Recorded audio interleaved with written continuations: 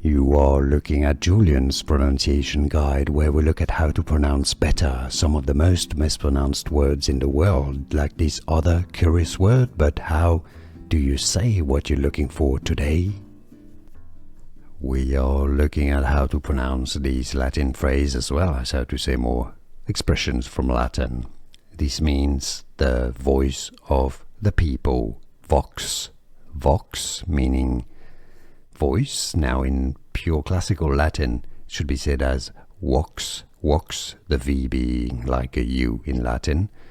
But in English, Vox Populi. Vox Populi is how it's said. And now you know. Like this video if you found it useful. Appreciate your support. More videos for you here to learn more. Thanks for watching. Here are more videos on how to pronounce more confusing words and names too many mispronounced. Like this video if you found it useful. I appreciate your support. I'll see you soon and thanks for watching.